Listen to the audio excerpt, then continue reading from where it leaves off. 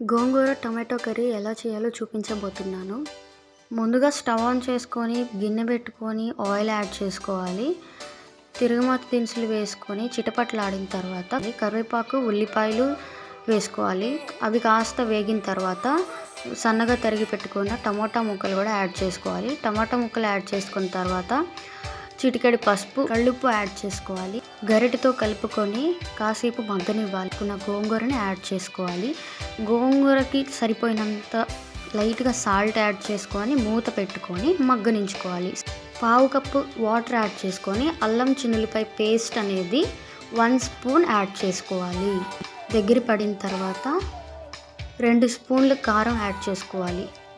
చివరాకరణ సన్నగా తరిగిన కొత్తిమీర యాడ్ చేసుకొని దించుకోవాలి. ఇంతేనండి, very tasty and gongura tomato curry ready. Thanks for watching. Subscribe my channel. Bye bye.